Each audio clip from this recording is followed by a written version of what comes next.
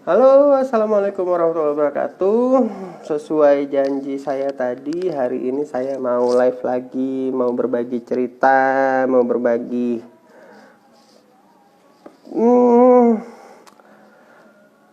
Kali ini kita tidak bahas bisnis ya, tidak bahas. Kalau sekarang terkenalnya dengan MBB, mari bahas bisnis. Tapi hari ini saya tidak ingin bahas itu. Karena semua orang sudah bahas itu, maka saya ingin mencari jalan yang berbeda. Gitu ya. Kenapa saya memilih jalan yang berbeda? Karena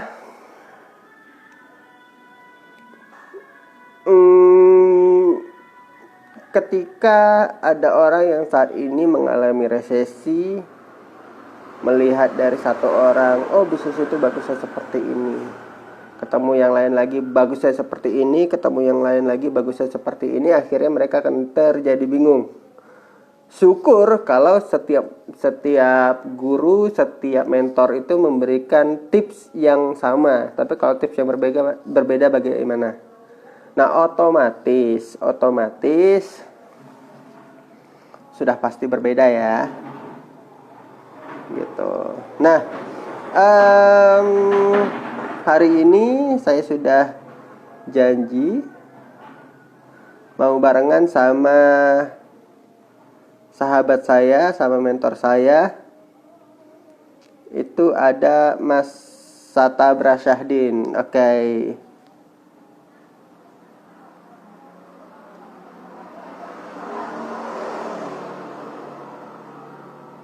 Sebentar.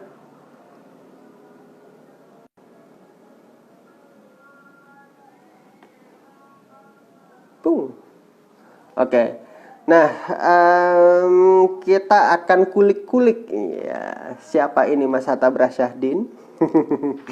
Kita akan ngobrol sedalam-dalamnya dengan waktu mungkin 30 menit ke depan ya. Kenapa 30 menit?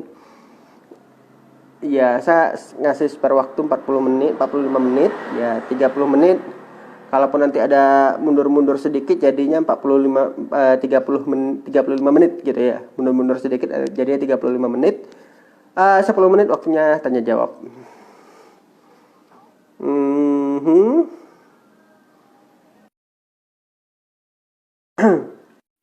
Nah, siapa ini Mas Hatta? Saya itu pertama kali kenal sama Mas Hatta itu di komunitas bisnis namanya OTG atau One Team Global. Nah, komunitas bisnis ini sudah ada di beberapa negara. Nah, belakangan ternyata selain di OTG, saya itu satu komunitas juga di komunitas bisnis yang lain, yaitu di KPMI.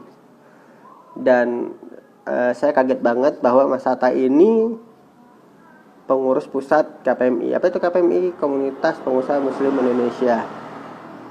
Waduh, ada Mbak Selva. Halo Mbak Selva.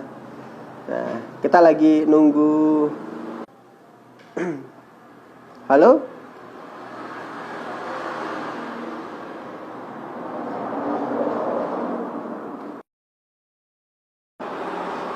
Nah, ternyata setelah kita berteman, bersahabat agak lama, saya kenal juga Mas Hatta ini sebagai tokoh NLP ya, Neuro Language Programming. Beliau sangat memahami skill apa yang dibutuhkan buat memprogramming kita. Nah, Mas Hatta yang sudah bergabung.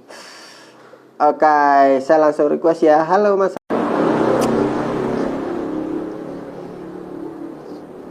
Nah, selain itu yang bikin saya kaget adalah pengalaman bisnis beliau itu sudah 10 tahun. Halo Mas Hatta, akhirnya halo, online juga. Ini pertama kalinya pakai IG. Pakai IG ya? Kayaknya udah pernah dua kali sebelumnya. Cuman, udah kedua kali ya. Pernah sama Enjoying Live Series ya kalau nggak salah ya. Mm-hmm. Cuman masih agak gimana gitu. Biasa pakai Zoom dengan FB. Tapi Iya. oke lah, kita harus belajar katanya ya hari ini ya. Nah, tadi saya udah ngasih sedikit opening Mas Hatta. Hari ini kita tidak akan bahas bisnis, sesuai di flyer yang saya buatnya itu tentang lifestyle. Apa lifestyle Anda? What is your lifestyle gitu kan? Nah, saya tadi sempat cerita dikit Mas Hatta. Saya sempat cerita bahwa saya tuh kenal Mas Hatta tuh di sebuah komunitas bisnis namanya OTG, One Team Global. Nah, kemudian berjalannya waktu, wah ada Mas Reza Paten ya. Sesuai berjalannya waktu, saya kenal Mas Hatta ini sebagai tokoh NLP yang mengerti NLP luar dalam gitu ya. Dan kemudian ada pengurus KPMI pusat. Nah, yang satu lagi ini yang bikin saya kaget adalah Mas Hatta ini selain humble juga seorang business owner 10 tahun. Benar nggak Mas Hatta? Iya, gak kerasa ya. 10 tahun. Betul. Nah, sebelum saya udah siapin 7 pertanyaan nih Mas Hatta. 7 pertanyaan. Pertanyaannya tinggal pilihan berganda cuma A atau B gitu ya. Nah, nanti baru setelah dari pertanyaan ini itu baru kita lanjutin pembahasan ngobrolan kita sampai mana. Tapi boleh cerita dikit nggak Mas Hatta tentang bisnis 10 tahun dan tokoh NLP tadi. NLP itu apa sih gitu? Jadi sebenarnya saya udah tahu NLP itu mungkin 5-6 tahun yang lalu ya. Cuman nggak terlalu tertarik untuk tahu lebih lanjut gitu. Jadi pernah waktu itu waktu saya bikin stand di Etnofed. Ini suara saya aman ya, jelas ya Bang Habib ya? Di saya jelas. Oh ya, siap. Jadi waktu pas saya bikin di Etnofed itu di sebelah saya ada standnya Pak Roni. Di sana beliau ini sakit ya. Roni itu salah satu masternya NLP lah ya. Roni apa ya? Bukan Roni Suprayogi bukan ya. Roni F. Roni ya. Pokoknya Pak Roni lah, dia jago Bang. Roni FR Bang kalau kita bilangnya. Nah, jadi waktu itu ada stand NLP, saya bilang gini, ini ilmu apa sih, ini ilmu nilep ya? NLP gitu kan, nilep, saya bilang kayak gitu. Ya, belakangan saya justru tahu NLP itu dari waktu saya punya kantor di Saharjo. Saya waktu itu ada salah satu tim saya yang dia penggiat. Ya karyawannya Pamflet gitu loh. Nah dia sering bilang, Mas apa ini bagus loh kalau Pamflet ikutan, segala macam. Misalnya itu mulai kayak apaan sih. Sampai akhirnya ya hidayah itu muncul gitu ya. Hidayah itu muncul dan saya mulai tertarik untuk coba pelajari gitu ya. Tapi 2 tahun saya belajar, mungkin hampir 3 tahun hari ini, ya saya merasa ya itu merubah banyak hal dalam hidup saya. Itu merubah gimana cara saya memandang diri saya, berkomunikasi dengan orang lain, menggali tujuan hidup gitu loh. Jadi sebenarnya ternyata baru saya paham bahwa ternyata ya akar dari apa yang ada dalam hidup kita itu kan cuma 2 kan gitu ya. Katakanlah masalah gitu ya. Kan cuma satu, pertama tentang kita dengan diri sendiri. Galau kita dengan diri sendiri, marah kita dengan diri sendiri, kecewa kita dengan diri sendiri ya. Atau kita dengan orang lain ya. Jadi makanya kalau orang-orang yang dia bisa mengelola diri, nggak baper kalau kita bicara bisnis, orangnya nggak mudah kecewa, nggak mudah putus asa. Di kondisi COVID ini dia nggak mudah terbawa suasana ya. Saya rasa dia apa ya, ada suara mobilnya lumayan kenceng kayaknya. Iya lagi di pinggir jalan. Oh iya nggak apa-apa. Oke, ya. Jadi itu. Jadi kira NLP yang saya pelajarin kan macam-macam ya. Saya belajar sama Kak Teddy. Jadi gini, banyak orang yang sempat saya bilang NLP, mereka bilang wah itu ilmunya ngajarin ateis tuh, karena menuhankan pikiran gitu. Saya kaget, alhamdulillah saya dapat mentor yang secara agama bagus, orangnya juga saya kenal lurus ya, namanya Kak Teddy. Saya rekomendasiin banget belajar sama beliau. Justru malah kebalikan, saya malah Teddy Prasetya namanya. Teddy Prasetya. Teddy Prasetya Ya, Yuliawan. Teddy Prasetya Yuliawan. Video-videonya banyak di YouTube. Monggo teman-teman kalau mau belajar NLP boleh dilihat. Bang Habib juga rekomen buat lihat. Saya juga rutinin sih lihat. Udah subscribe. Udah subscribe. Iya. Bagus banget. Nah, ya akarnya NLP itu dua ya. Jadi gimana caranya kita sebagai pribadi ini jadi personal excellence.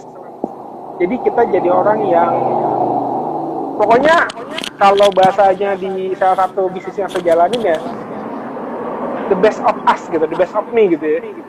Jadi kita jadi orang yang yang bahasanya halo ada Mas Eno nih ya, Mas Eno bergabung ya. Jadi orang yang terbaik lah, versi terbaik dari kita kayak gitu ya. Nah kalau kita personal excellence-nya bagus, maka kita bisa pindah kedua. Yang keduanya ini kita bicara mengenai relationship excellence. Gimana caranya kita bukan hanya jadi orang jago hari ini, kita jadi orang yang nyaman buat orang lain, nyaman buat komunikasi sama orang lain, kurang lebih gitu Pak. Gitu. Itu aja? Oke. Ya secara singkatnya itu sih kalau NLP ya. Iya jangan lama-lama karena ini bukan bahas tentang NLP doang. Siap. Oke, saya langsung masuk ke 7 pertanyaan. Jadi di pertanyaan ini cuma ada 2 pilihan. Nah, Mas Hatta harus milih salah satu, Mas. Oke. Dan ini saya akan langsung begitu selesai jawab, saya langsung masuk pertanyaan kedua, ketiga dan seterusnya.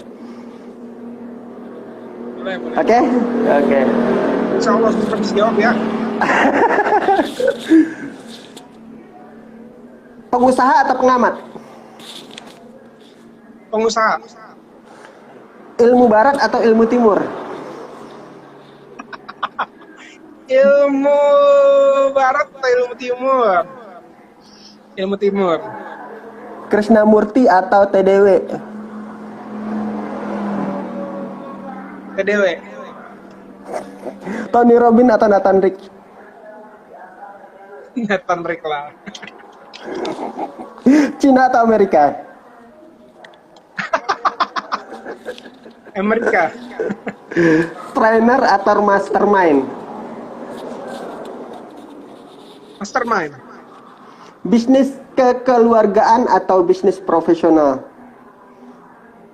Profesional, of course. Profesional. Oke. Kenapa milihnya pengusaha, Mas?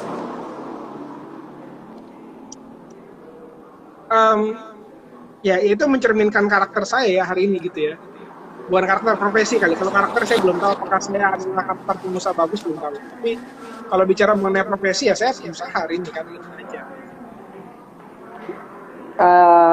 Kalau di luaran sana kan banyak yang hanya sekedar mengamati gitu ya, mengamati kemudian mengambil keputusan dari apa yang diamatinya. Apa pendapat Mas Hatta tentang hal tersebut? Nggak salah sih ya tentang itu ya. Itu kan gimana caranya orang aja. Nah, saya melihat katakanlah hari ini ya kita bicara mengenai COVID ya. Saya pribadi mungkin 3 minggu 2 minggu yang lalu udah berhenti jadi pengamat ya. Saya bahkan nggak tahu, bahkan saya kaget kemarin buka detik itu 14.000. Saya kayaknya terakhir update itu di 10.000-an angkanya. Karena saya melihat balik lagi ya, saya nggak tahu apakah dulu atau enggak. Saya berpikir bahwa kayaknya yang paling tepat dari yang saya lakukan, apa yang paling tepat yang saya lakukan sekarang adalah lakukan apa yang seharusnya saya lakukan. Ya, bukan mengamati apa yang harus saya lakukan. Jadi saya tahu yang harus saya lakukan dan saya nggak perlu menerima input dari orang. Jadi saya nggak perlu ngabisin waktu saya untuk mempertimbangkan tentang apa yang harus saya lakukan dan itu saya melakukan itu sih. Semoga paham dan gak bingung. Tadi ilmu barat sama ilmu timur pilih yang mana? Timur. Timur. Kenapa milihnya ilmu timur? Sedangkan kita ketahui sendiri sekarang ilmu-ilmu barat itu jauh lebih banyak ya. Yes, betul. Atau betul, apakah ya. ada pemahaman tersendiri antara ilmu barat dan ilmu timur?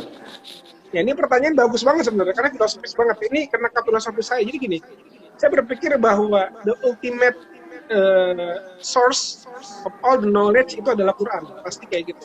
Maksudnya gini, karena saya pernah ikut training psikologi Islam dengan Prof. Budi Riono, ya.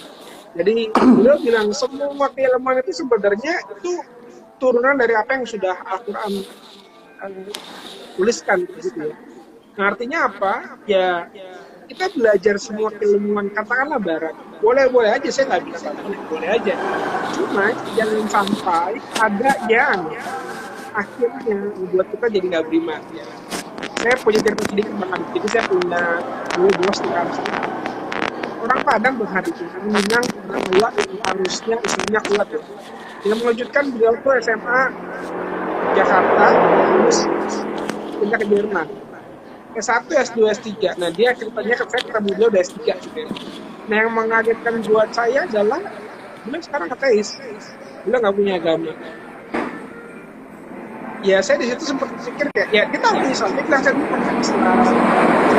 Saya bilang bilang tapi ya udah gitu loh, ya udah gitu aja. Ya, di situ saya berpikir bahwa oh kalau gue dia pintar sekali bang, pintar sekali. Dia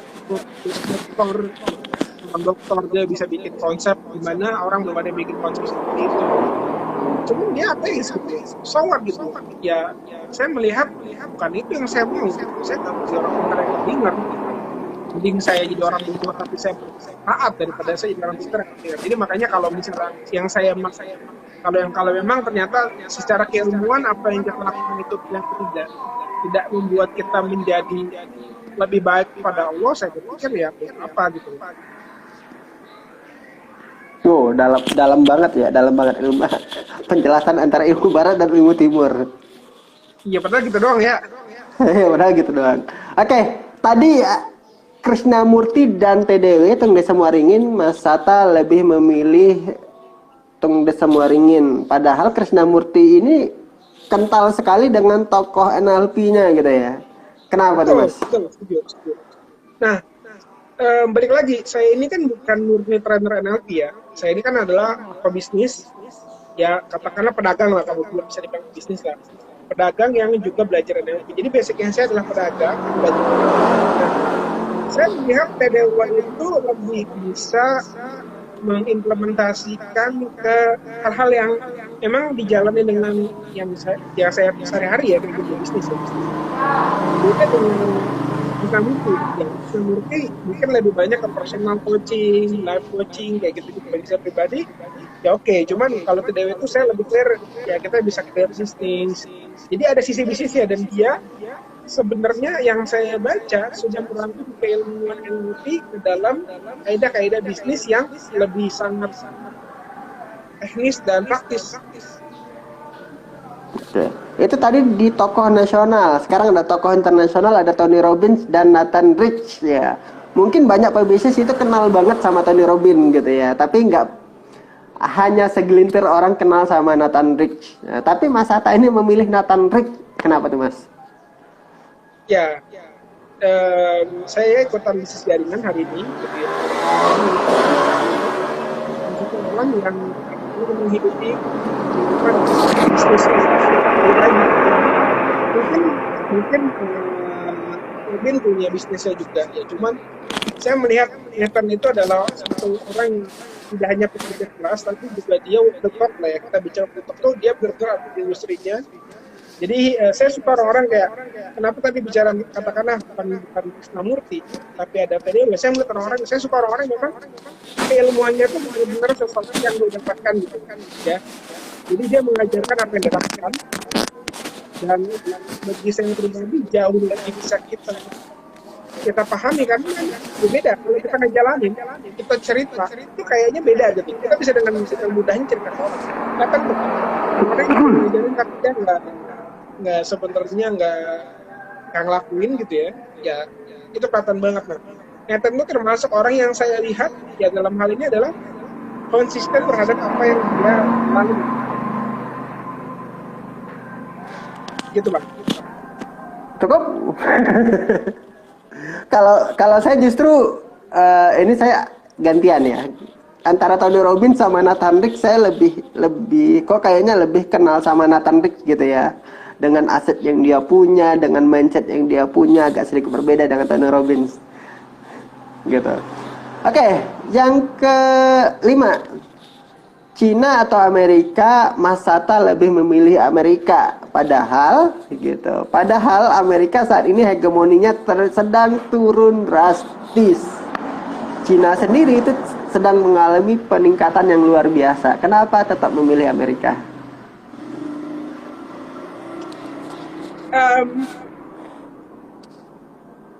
Yang pertama, saya melihat ini kita cerita agak tidak honestly, tidak bicara mengenai NLP atau dengan bisnis. Saya cuma melihat gini sih. Amerika negara liberal, yes, ya. Cina negara komunis, ya. Jadi asasnya beda. Orang-orang di Cina adalah orang-orang yang saya pahami, yang saya tahu, itu orang-orang yang memang ya kalau kita bicara mengenai dunia bisnis, mereka punya influensi lah, punya apa segala macam. Cuman satu hal prinsipal sih, saya melihat dari segi yang agak kurang nyaman itu adalah higienitas, ya bang ya, jorok. Jadi bagi saya pribadi, saya tuh agak gimana dengan hal yang jorok tuh maksudnya ya saya dapat info rencana pesing lah, orang bongkar sembarangan. Bagi saya pribadi, segelandang-gelandangnya Amerika, kayaknya di Amerika nggak ada kayak gitu ya. Biarpun saya belum pernah ke Amerika juga. Cuman saya melihat kayaknya gini, kalau orang pintar tapi jorok atau pintar tapi bau, punya gimana gitu. Itu satu hal yang terlepas dari semua hal tuh bagi saya pribadi kayaknya saya kurang nyaman sih, kayak gitu bang. Oh gitu. Ternyata cara pandangnya ternyata berbeda gitu ya. Iya, kita nggak suka aja sih. Terus satu hal saya nggak tahu ya. Saya melihat pada Amerika katanya kita bisa lebih diterima ketika kita punya sesuatu, kita bisa berguna. Di kota saya di Medan gitu ya. Ya saya melihat artis-artis tertentu lah, mungkin Mas Habib tahu tuh benar-benar merajai dan kadang beberapa juga ya ini mungkin kalau kita bicara sarah mungkin ada sarah juga ya. Ya saya melihat secara komunal tuh mereka kalau misalnya bagus gitu ya, kalau berkembang dengan gayanya begitu ya. Tapi saya bukannya orang yang suka sarah segala macam ya, kayak gitu. Ini lebih ke saya melihatnya ada sisi itu aja gitu. Tapi saya nggak mau tapi saya lebih ke mungkin kalau yang lebih saya tekankan termasuk yang masalah higienitas tadi lah. Ya, jadi karena bisa pribadi kan kebersihan adalah sebagian dari iman ya. Emang bukan orang Amerika bersih-bersih juga enggak. Cuman orang China lebih buruk lah. Kalau kayak dilihat wajahnya kayaknya lebih putih mas.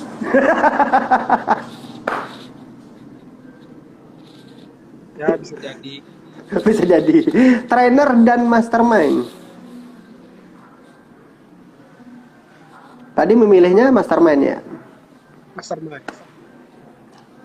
Ini kayaknya pembahasan mastermind ini memakan waktu 10 menit sendiri kayaknya. Enggak mas, kenapa milih mastermind? Saya punya prinsip apa yang kita tahu nggak merubah hidup kita ya, tapi apa yang kita lakukan. Saya orang yang suka belajar, tapi saya sadar banget terlalu banyak belajar juga nggak akan berubah. Karena katakanlah kita tahu sholat juga. Nah, hal yang sama juga berpikir begini, meskipun saya di trainer dan trainer orang, tapi saya nggak terlalu nyaman dengan trainer. Kenapa? Karena saya bukan mau jadi orang yang cuma bisa menginspirasi orang lain. Ya, saya juga pengen jadi orang yang bisa mentransformasi orang lain. Ini beda. Kalau transformasi berarti dia berubah, inspirasi dia tergugah. Ya. Nah, mastermind, ya kita mungkin bisa bilang kalau yang gampangnya coaching lah ya. Misalnya mastermind itu kan kalau kita ngobrol, kita coaching lah. Nah, proses coaching, proses ngobrol yang ada manfaatnya, saya melihat tidak hanya dia dapat insight, tapi dia juga nantinya bisa secara pribadi punya satu pendekatan yang baru terhadap dia. Cara-cara kayak gitu, somehow buat saya sukai gitu. Dibanding saya kenal banyak orang tapi oh iya dia bagus, tapi itu dia bukan gua. Saya melihatnya stop me. Saya melihat bahwa mendingan saya dikaruniakan tim yang gak terlalu banyak, tapi dengan adanya saya ke dalam hidupnya mereka, ada perubahan di depan gitu Bang.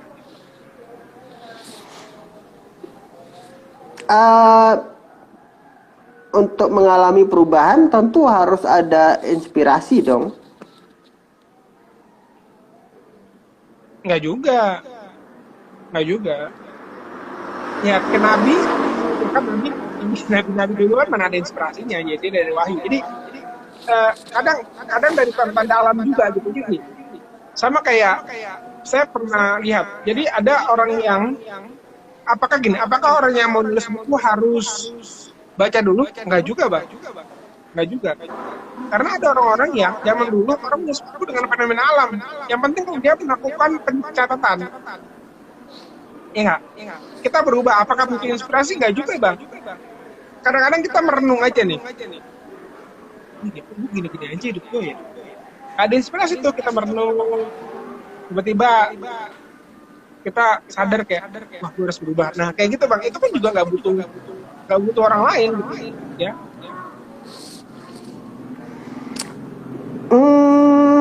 Bisnis kekeluargaan dan bisnis profesional.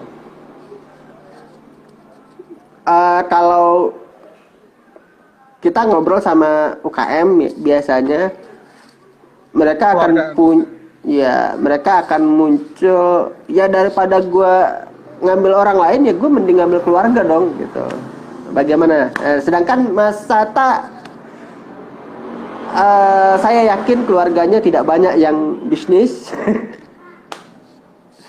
Kenapa lebih memilih bisnis profesional dibanding bisnis kekeluargaan? Ya, ini bicara mengenai kita membangun namanya corporate mindset ya. Saya termasuk orang yang dari awal tidak merekomendasikan keluarga untuk gabung ke bisnis saya, kecuali paksa banget. Saya bahkan dulu di bisnis itu dikenal sebagai orang yang kejam. Jadi saya pernah berantem Bang sama teman saya karena adanya dia nggak lulus seleksi tes masuk MAVET. Ya, dia sampai bilang, sok banget sih bisnis lo emang segede apa sih sampai ada gua nggak bisa gitu. Itu nggak satu dua orang Bang, ada beberapa orang. Dan saya bilang ya oke, ada lo nggak bisa dan nggak bisa, dulu nggak ini, dan hubungan saya sama dia pun jadi nggak harmonis ya. Ya tapi sekarang sih baik lagi gitu ya. Tapi saya berpikir ya udah, saya nggak mau lagi misalnya gini, itu ada dua satu, saya nggak kayak gitu. Ada yang saya pribadi aja itu nggak masuk ke bisnis saya gitu loh ya. Saudara-saudara saya yang masuk ke bisnis saya itu saya pernah rekomendasiin, ada iklan saya segala macamnya, ada iklan lagi sepupu itu saya minta teman saya yang lain tes, dan saya bilang sama dia gini, coba menurut lo dia bagus nggak? Kalau nggak bagus nggak usah. Jadi saya pun ke keluarga tegas. Sampai waktu itu saya ingat banget orang tua saya sampai komen gitu, kok kamu nggak mau bantu? Saya bilang bukan nggak mau bantu, saya nggak mau nanti ke depannya kalau ada apa-apa dia jelek-jelekin keluarga. Dengan dari awal deh dia nggak masuk, daripada dia masuk nanti apa nih Bang Satan begini doang perusahaannya, ini kan nggak usah. Oke. Bisa nggak kalau keluarga itu diajak bisnis secara profesional? Bisa banget. Kenapa enggak? Pernah Mas Sata alami nggak? Belum pernah ngajak keluarga untuk berbisnis secara profesional. Yes, belum. Karena bagi saya hubungan keluarga jauh lebih penting daripada bisnis. Jadi saya ini mengandung satu prinsip gini Bang, ada orang-orang yang enak diajak temenan, nggak bisa diajak kerja. Ya. Ada orang-orang yang diajak kerja bisnis enak, tapi temenan nggak enak. Ya, contoh, Mas partner saya itu kita udah 9 tahun ini kerja bareng, 10 tahun. Tapi rasa-rasanya saya tuh kayaknya kalau temenan tuh gak bakal temen Mas Hermas deh. Gitu. Enggak. Ya, saya partner saya yang temen itu sama Mas Niki ya dulu. Itu temen kuliah saya, tapi 4,5 tahun saya nggak pernah temenan sama dia. Tapi kita bisa bersama. Oke,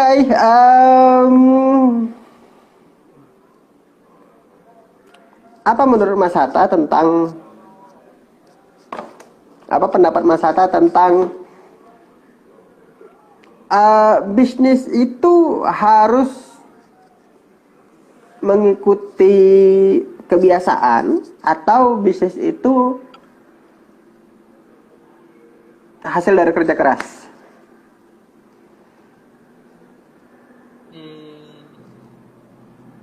Bisnis itu karena kebiasaan atau bisnis itu dari kerja keras? Ya, saya agak mungkin gini ya.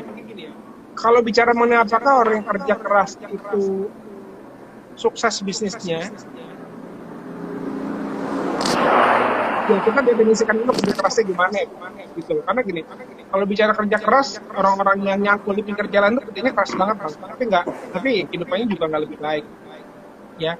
Orang-orang yang dari ojol itu juga mereka kerja keras, tapi kehidupannya juga lebih nggak lebih baik, ya. Apakah seorang bisnis yang kerja keras dia akan lebih baik? Ya, pasti. Tapi jangan lupa tentang rezeki, ya. Karena kalau yang saya pahami tentang rezeki itu, ya tugas kita adalah ikhtiar. Tapi masing-masing sudah ditentukan. Ya nggak, ada orang yang mungkin kerjain satu dapetnya 3. Ada orang kerjain 3 dapetnya 1. Ya, nah itu. Karena kan variabel yang dikasih ke mereka banyak.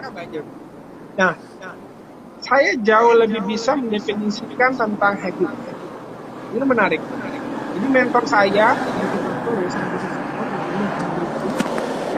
yang lebih banyak influencer dia, baik kalau lagi bikin project apapun juga, dia bilang kebiasaan lo sukses lo, ya. Jadi alih-alih kita mau sukses, kenapa nggak kita coba untuk lihat kalau kita belum sukses hari ini, coba kita lihat apa yang kita lakukan, apakah sudah hasil terbaik atau belum. Misalnya, kalau hari-hari kita hari ini banyakkan untuk melihat berita, dengar hal-hal yang sebenarnya nggak penting, ya udah pasti nggak sukses.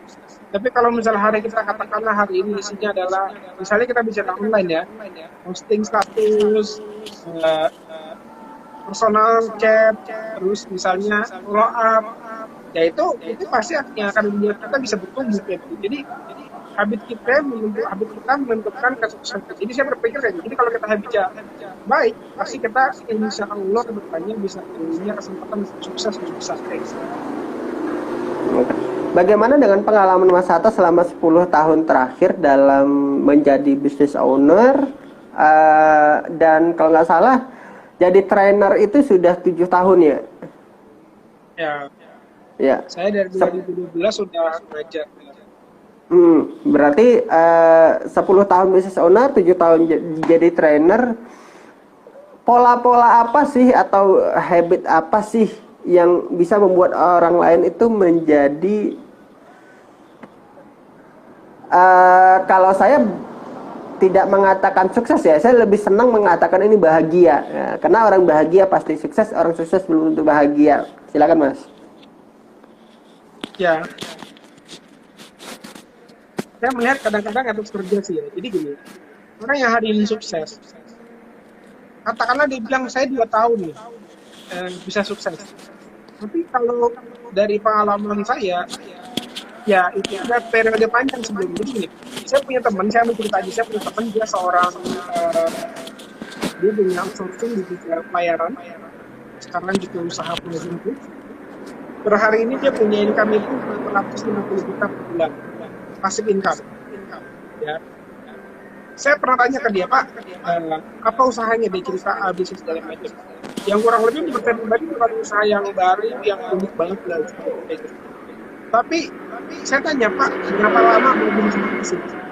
Nah, jawaban dari pertanyaan dia ini yang membuat saya pada akhirnya berpikir. Dia bilang gitu, saya Mas Hatta, 16 tahun pertama di hidup saya itu jadi ABK. Saya cuma ketemu keluarga saya 1 tahun sekali. Wow. 10 tahun berikutnya saya kira sekarang istri saya itu kayak dia tuh sekarang nggak punya kerjaan deh. Karena bisnisnya itu udah jalan, karyawannya nggak banyak, dan dia sudah punya passive income. Nah, saya melihat gini, banyak orang hari ini melihat kesuksesan orang lain hanya dari ujungnya doang. Ya. Tapi mereka, gimana udah Bang? sukses nih, udah sukses nih gitu ya. Tahu sukses, Ya, lu mah enak sukses, udah punya mobil, udah punya rumah gede, usaha di mana-mana gitu ya. karena emang ujungnya ini paling enak Bang buat dibahas. Perjalanannya ini nggak enak. Ya. Dan nggak laku gitu loh kalau kita bahas juga. Nah, hari ini jangan bicara mengenai kenapa lo sukses, kenapa saya belum sukses, kenapa kita belum sukses. Tapi coba bicara mengenai apakah kita sudah melakukan perjalanan 16 tahun itu. Apakah kita sudah melakukan perjalanan 10 tahun itu berarti total dia punya 26 tahun, Bang. Ya. Dan itu sampai kemarin 10 bulan. Ya, kemarin kita lihat minyak tanah kemarin 1 miliarder ya yang juga bisnisnya di bidang wealth management 18 tahun dulu. Wow. Mentor kita Pak Rudi 15 tahun dan 5 tahun sebelumnya udah jalanin juga 2006 berarti berapa 14 tahun lebih ya. Artinya apa? Banyak orang hanya melihat begini tapi orang nggak pernah lihat proses itu. Jadi ya saya punya teman juga kawan seorang pengusaha emas ini Masyad lalu juga teman hari ini salah satu orang yang distributor yang sukses di salah satu bisnis yang cukup penting. Nah, dia termasuk orang yang singkat suksesnya. Saya pernah tanya juga ke dia, karena saya curiga ini nggak mungkin 1 tahun. Jadi gini, yang kelihatan setahun. Yang nggak kelihatan, dia bilang, oh ada 3 tahun berdarah-darah, ada 4 tahun yang merintis, ada sekian 10 tahun. Jadi ini ada proses-prosesnya loh. Ya banyak orang hari ini gagal melihat itu. Ya, jadi dia berpikir gini, oh, gue nggak sukses. Pertanyaan saya cuma satu, lo udah bersukses belum? Lo udah berada di jalan tepat? Lo udah sabar belum? Karena pasti, lo janji kok, ya kan dipergilirkan kekuasaan, ya enggak? Nah tinggal kita ngambil antrian nggak? Ada nggak di jalur petinju? Gitu loh. Kalau kita nggak ada di sana, wajar kita nggak sukses. Ya. Jadi jangan bicara kenapa saya belum sukses. Hari ini lu udah ada di jalan itu belum? Gitu, Bang. Berarti apakah sudah ngambil nomor antrian gitu ya? Apakah sudah melakukan hal yang benar atau hanya menunggu gitu ya? Oh dia sukses tapi kita nggak masuk antrian gitu ya? Atau Saya sih kalau bilang pastilah. Pasti. Atau bahasanya Om Bob Sadino itu habiskan jatah gagalmu gitu. Ya. Setuju. Sama kok. Ya. Jadi saya percaya kalau kita konsisten di satu bidang apapun itu pasti kita jadi kok. Ujungnya kita pasti jadi. Ya. Ya katakanlah Mas tapi ada yang gagal segala macam. Ya pasti ada yang gagal. Itu kan bagian dari solid juga. Katakanlah Bang Halid sekarang jalanin bisnis di bidang A. Ya udah jalanin terus saja. Konsisten. Ketika konsisten nanti insya Allah di ujungnya pasti dapat. Asal tadi sabar dengan prosesnya dan merenung di setiap langkahnya, ya terus juga belajar dalam setiap bagiannya gitu aja. Siap. Ini sudah 39 menit Mas Hatta. Dari target kita cuma 30 menit. Mas Hatta mungkin ada closing statement apa sih yang akan mungkin berkaitan dengan 7 pertanyaan tadi sama tentang tentang kebiasaan sukses, kebiasaan yang membuat kita lebih bahagia. Mungkin ada rangkuman yang bisa dijadikan closing statement. Silakan Mas Hatta. Oke. Jadi buat teman-teman semua, buat Bang Habib juga, saya percaya sukses itu setiap hari. Ya. Jadi nggak usah tunggu nanti 10 tahun lagi nggak. Hari ini kita bisa mencapai apa yang kita mau, maka kita sukses. Target kita adalah 3 closing hari ini, misalnya jualan kayak gitu. Berarti ketika teman-teman sudah achieve 3, teman-teman sudah sukses. Udah, besok 3. Nah, setelah teman-teman secara konsisten setiap hari sukses, insya Allah sukses sebenarnya datang. Gitu. Jadi, sekialah dengan sukses-sukses kecil, maka sukses yang besar akan besar.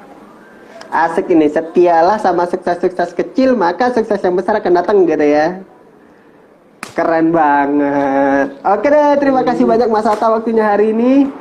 Ya, Mohon maaf ditodong siang-siang gitu ya. Dan ini live saya live bareng yang paling mendadak, biasanya butuh waktu 1 hari 2 hari, kalau tadi cuma 3 jam doang ya. Mas live bareng ya gitu. Langsung buat pertanyaannya, langsung buat posternya, langsung disebar. Ya, alhamdulillah kejadian live-nya, dan mohon izin ini video akan saya upload di Facebook dan di YouTube. Oke, siap.